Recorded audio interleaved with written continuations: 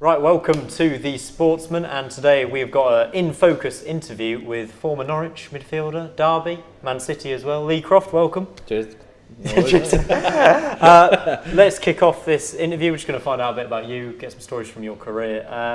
Whenabouts did you start playing football from a very young age?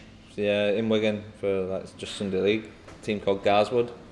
And then, straight from there, joined Man City at 12 years old. Did you always feel like you were kind of the best player in your youth teams, or was it?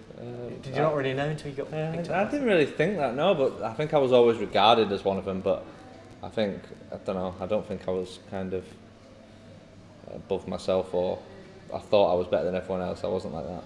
Right, and so when you got to City, was it just a completely different thing for you, obviously? Yeah, and then obviously started. It just went really well. It's from straight from the kick-off really, and then started getting recognition with the England youth setup and stuff like that. And then I think that's when you realise that you must be all right, yeah. but you've got to kick on. So you got to Man City at 12, yeah. Is that right? And that kind of improvement from age 12 to 16, was that massive with the players you were playing with? Yeah, but with the City Academy, it was really good at the time. The amount of players that academy brought through, is scary. The amount of money they made Man City when they wasn't such a such a rich club. It was a great academy, and if you were good enough, then you would always get your chance. And who are some of them best players you've just mentioned? Well, there's a lot who's gone on to to have careers. There's obviously myself, Nader Manua, Stevie Ireland, Mika Richards, Sean Wright-Phillips, Bradley Wright-Phillips, Willow Flood, Glenn Whelan. It's just like the list goes on. You were pretty close with Bradley and Sean Wright-Phillips. Yeah, good friends with them. Yeah, so I was out there, try and get out there once a summer to go and see him in New York, which is it's always a good week away. And you used to live near them in Salford Quays? Salford Quays, yeah. We all lived in MV buildings at Salford Quays. I'm sure you were all very well behaved. Yeah, we were. Of course, we were young lads living in Manchester. I bet they were a bit energetic, bit of a handful, were they? Yeah, they were, but I think when you're at that age, you can get away with stuff like that. Not now. Yeah, Bradley's done pretty well for himself, hasn't he? Over in America, yeah. New York Red Bulls top scorer, I think he is now. We were saying off there, weren't we? He went out there. I remember him going out there on trial, and he wanted to move out there. I don't know whether he was playing like lower leagues in England at Charlton. I think it was like Plymouth or somewhere. He went out there on trial, did well, got a deal, ripped it up that first season, and now he's one of the designated players, earning good money and tearing the league apart. Could you see that at Man City when you were there, that Bradley had something, or was it all about Sean at that time? It was all about Sean really, but you knew that Brad's very similar to his dad, Ian, in the fact just like in and around the box, he's just clinical and such a good finisher and good movement, top striker really. Back to your time at Man City, obviously it's a completely different place now to when it was when you were there. Did you ever think it could progress like that? No chance. I was there. I had Premier League times there, but then when I was younger, it was like Division 2. Probably the darkest days of Man City. But they bounced back. I always say that it's great for the club and for the fans mainly, because they stuck with the club through thick and thin. They're in Division 2, still getting 30,000 people watching them at Main Road, which is it's amazing. So for them to now be rewarded for that and get the success that they're having, it's great. And you as a Man City fan, obviously must be loving it at the moment. Another win this weekend, title after title. Are you going to win the league again this year? Yeah, I think so. I think they'll win the league again. I think they've got to do it consistently to be, regarded up there with, what Man U have done in the past and Chelsea. So I think they need to consistently win it again this year, win it again next year. And then I think Pep will want the Champions League as well. Yeah, I think that Champions League is the one that you want. So a couple of years, you reckon, till Man City win that? I think maybe a year or two. I'd like to see him do it this year, but we'll have to wait and see. So from Man City, you then went out on loan to Oldham. That's right, isn't it? Can you just talk us a bit through your relationship there? Because you went to Oldham multiple times during your career. It might have been 4. Yeah. I don't know. Do you know when you just go somewhere and you've got a good affiliation there, and the fans like you, and you like the people involved at the club? So the first time, I was nowhere really near their first team at Man City. Went to Oldham for 3 months, did really well, and then got back in and started, playing first team football at City. So it was a place that was, I still look back fondly with the memories there. And then it just so happened that Paul Dickoff was manager there one time, and he took me back there. So they just always kept popping up, and I always kept going back there. Always linked in, and you also said Paul Scholes used to come up and talk to you a bit after you played for Oldham. Yeah, Scholes is do you know what, he would talk to me like I would talk to him, you know, like as a fan, because obviously he was an Oldham fan, so he would come and ask about the games, ask about the players and stuff, and you know, obviously I think the first time I met him was when I was 19, and obviously he was playing at Man United, and he come up to me asking me questions, and I was like, is he really interested in what I've got to say? Yeah. But yeah, and then whenever I see him now, and just a top, really genuine bloke. It's great that he is like that in person as well, because that's how he comes across on TV and things. Lee, continuing talking about your time at Oldham, there was also that famous FA Cup win against Liverpool, and that was a hell of a Liverpool team, I think. Can you just talk us through what that day was like? And do you know, it was a great day, but it was a good run really, because we beat Nottingham Forest away. Then we drew Liverpool, and we beat them. I think it was 3-2. They had a great side out. I remember when we seen the team sheet, we were like, "Well, Brendan Rodgers ain't messing about today." Suarez, Suarez, Sturridge, Henderson. Like they had a really good side out, and it was just one of them days where everything went for us. Scored a couple of early goals. Mate, that game actually, we had a player called Matt Smith, who's now at still known. Towering striker. Well, mate, that made his career. Right. I think it was that pre-season. Paul Dickoff was looking to loan him out to like a non-league club, and he played in them games and just absolutely kicked on. And then, so we beat Liverpool, and then we got Everton in the next round. We drew with them at home, late equaliser, and then got done at Goodison in the replay. But yeah, it was fantastic. Probably my best memories as an Oldham Athletic player. You mentioned seeing that team sheet. Does that give you more motivation than if you'd just seen Liverpool's reserves? Yeah, definitely. I think that's the problem with the FA Cup at the moment, is you don't get those big teams putting out their strongest sides when they go to a team like Oldham. No. So being in that dressing room, you must have been really hyped up going out there. Yeah, you hyped up anyway, because it was on TV, it was on BBC, and obviously you want to get a coup against one of the massive teams in the Premier League. But when we've seen the respect that they showed us by playing such a strong team, it was it gives you another little boost, and you want to go and prove yourself and against some of the best players in the world. Do you keep an eye on some of your former clubs, Oldham, how they're getting on? Yeah. I think Oldham are having a bit of a difficult time at the moment. I think Norwich.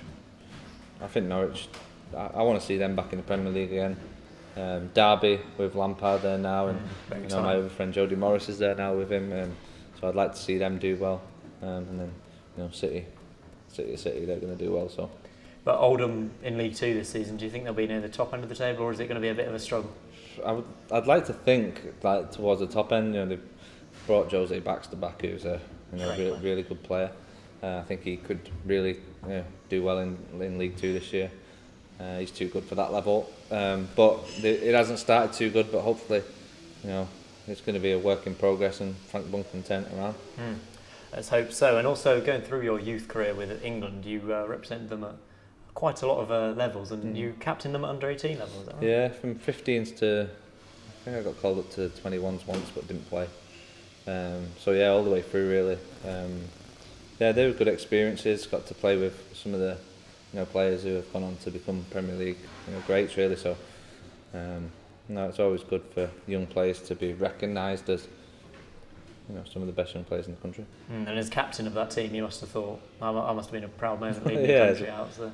Yeah, it's a proud moment, but I don't know. I think you've got to keep your feet on the ground as well at that age, because I think a lot of players, you can get called up into them international teams and think you're better than everyone else, and then go back to the club, and it can have a negative effect. So you have got to keep your feet on the ground as a youngster. You also played against a certain Cristiano Ronaldo for England's youth team. What was that like? I remember it was in Portugal, and I just remember as the game was going on, there was this guy, and he was like, we didn't know him at the time, obviously, and he was a joke.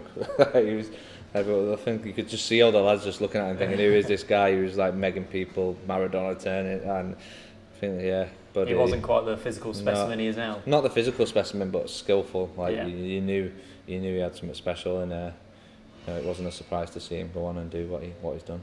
From Cristiano Ronaldo to James Milner, you also played with him for England. Obviously, he's got this reputation for being boring. Is he actually?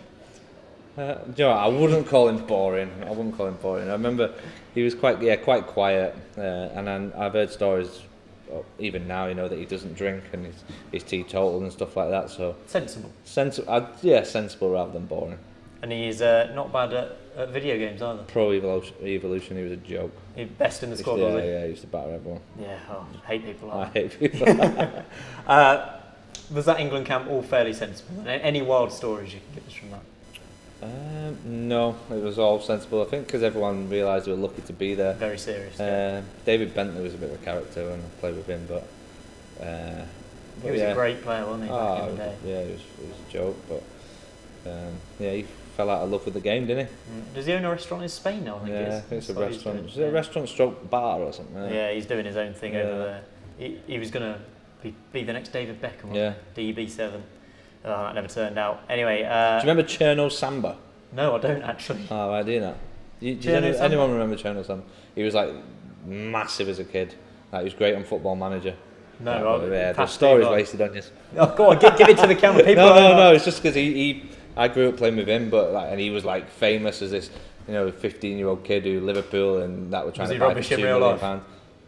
Yeah, he wasn't great. He was just big. He wasn't great. Was he like Freddie Adu? Do you remember him? Mate, yeah. No, he was the next big thing, wasn't he? I think he's stacking shelves now. Anyway, you've also appeared on Soccer AM a few times. Yeah. Storyteller. How did that come about? And what is this monkey story? Robbie Savage's fault it was. Not surprised. Yeah, no. I don't know. I don't really know. I just remember him. I was messing about with the lads at training at Derby, and he went on there and he found it hilarious. So he told the guys at Soccer AM, and then they were desperate to get me on, and then it turned out I was telling stories every week, which was, looking back now, was a bit ridiculous, but it was fun at the time. And the gaffer wasn't a big fan of you going on there. He hated it, Nigel Clough. Yeah, but I think it was more of a case of I was on TV every morning laughing and joking around, and we were going through a bit of a tough time, and it didn't look great. Although it was pre-recorded and stuff. Some people don't realise that. The fans don't know how television works, do they? And then, of course, you got your move to Norwich City. Moved there for around 600,000. Is that about right? Yeah, something like that. I don't know. Was there any pressure being a player signing for that price tag? It's quite not really, no. Because I remember I was a bit gutted leaving City. Yeah, of course. I remember Stuart Pearce got me into his office on the morning. I knew that it was a Coventry run for me at the same time. Oh, come on. Yeah, when they was in the Championship. I think it was... Why did you turn them down? Who was the manager? It would have been... Boothroyd? No. After him? Mickey Adams. Mickey Adams, yeah. Was it? Yeah, Mickey Adams. So I went down and met him, and then I met Norwich. But the setup at Norwich was brilliant. Whereas at Cov we've got 2 dustbins for a goal and no, do you know what? The training ground was nice at Coventry as well, but I just got a feel for Norwich, and I was glad. They offered you more money, didn't they? No, mate, never chased the money. I was subject to. I have actually done that in my career. Where it was actually when I left Norwich, and that was one of my regrets. Really, was leaving Norwich and signing for Derby, but.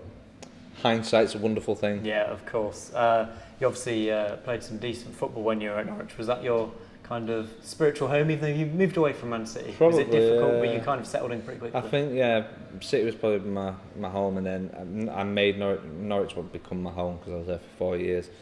Loved my time there. Probably played some of my best football there.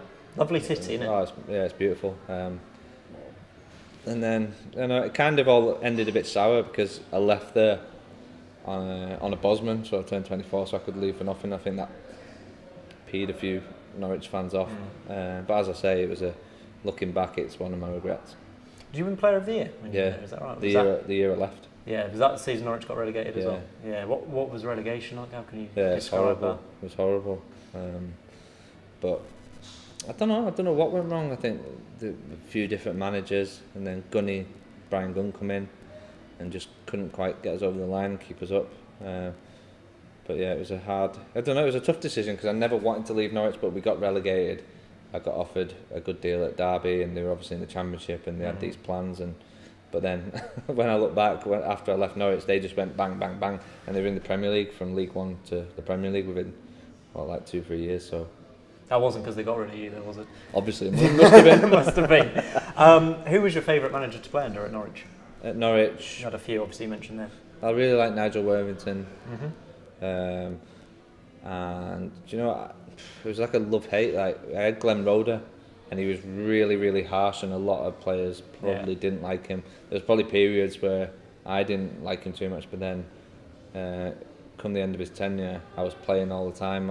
And he got some of my best football out of me.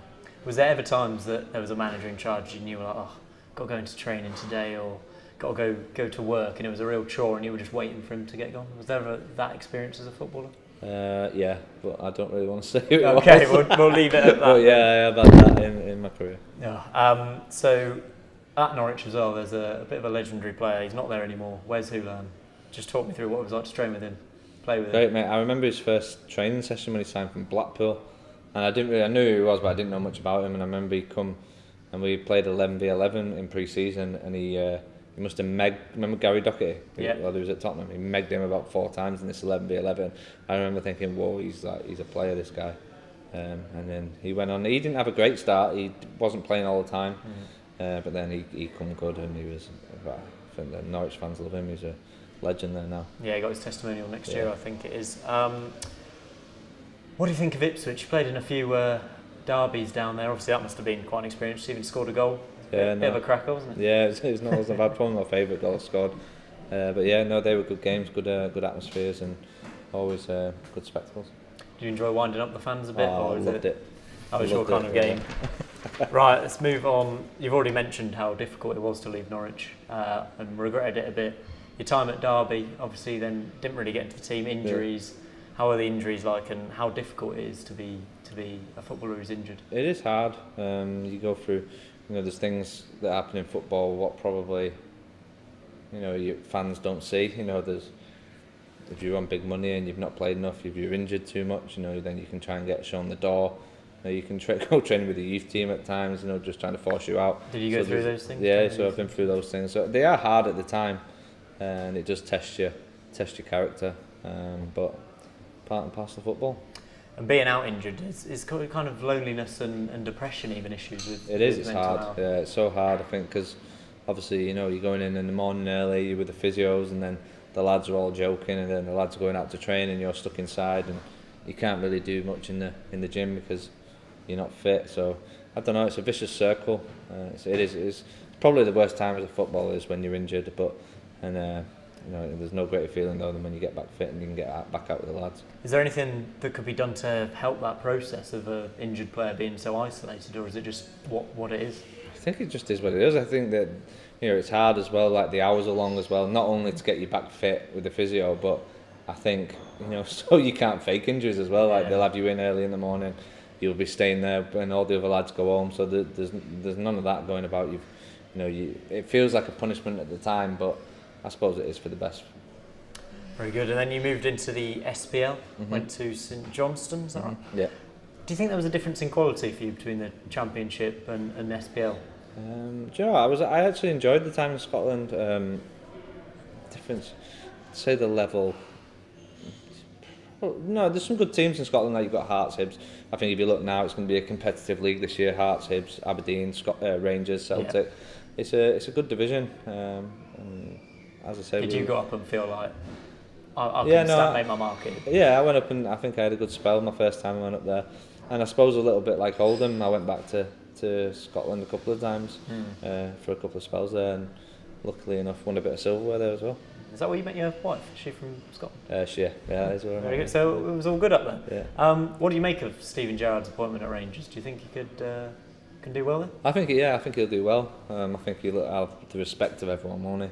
From what a big player he was and what he's done in the game. Made a decent start as well. Yeah, he's made a decent start, and I think it'll be tough because I think for the Rangers fans and the Celtic fans, for the Rangers fans especially, success is beating Celtic and being better than Celtic, and I think it's going to be a long process before you can get them where they need to be. But I think if anyone can, he can. But it's more financial as well.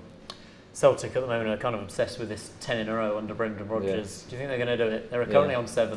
Can't see anyone stopping them. I can't see anyone stopping them, but they went out of the Champions League this week. They went out of the Champions League, yeah. But I think domestically, they're going to take some catching. But as I say, I think the other teams are getting stronger in the SPL as well, so it could become a little bit tighter. I think a few years until they lose the league title. What are you up to now? So now finished playing in like January last year. And then just been doing bits of media stuff. I've been working with BBC Manchester, doing summarising and things like that. and TalkSport as well. So I've been enjoying watching games and doing that, being on the other side of it.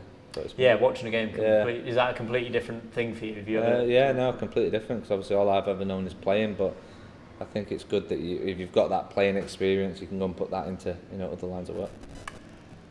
Finally, we're going to finish with a bit of a funny section. If you could give us any of your funniest times in football, any stories that you've got. What's the most brutal prank you've ever seen at any of your clubs? Brutal prank. I'm sure Savage might be in with a mention. Savage, he was all... I don't know, just the usual stuff, clothes getting set on fire, trainers getting set on fire. Usual. The usual in that line of work, yeah. It's probably not so usual to everyone else.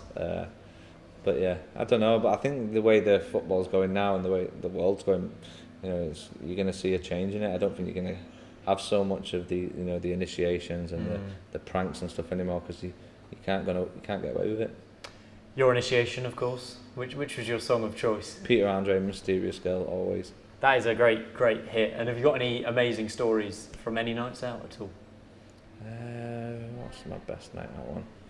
I've got a few which are X-rated, so I can't really say. Off the record.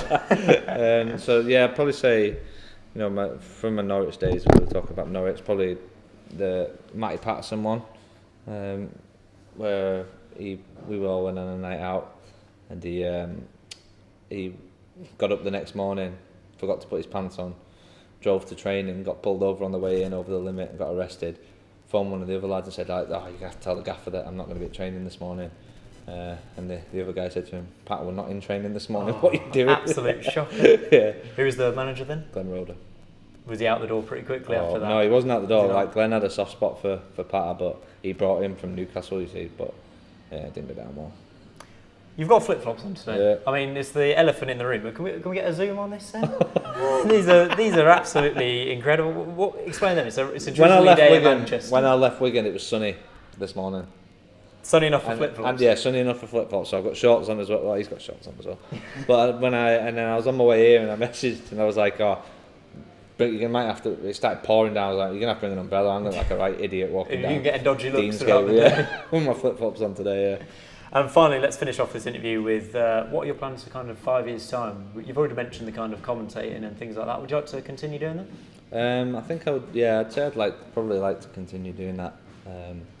But also, I don't know. Part of me wants to get my foot back into a club in some capacity, whether that's coaching or.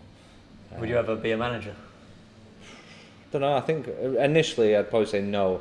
I'd rather probably work in an academy or with the youth and try and develop them. But I think a lot of people say once you get into that, as the years go by, you then start working your way up and you fancy working at first team level. So we'll see.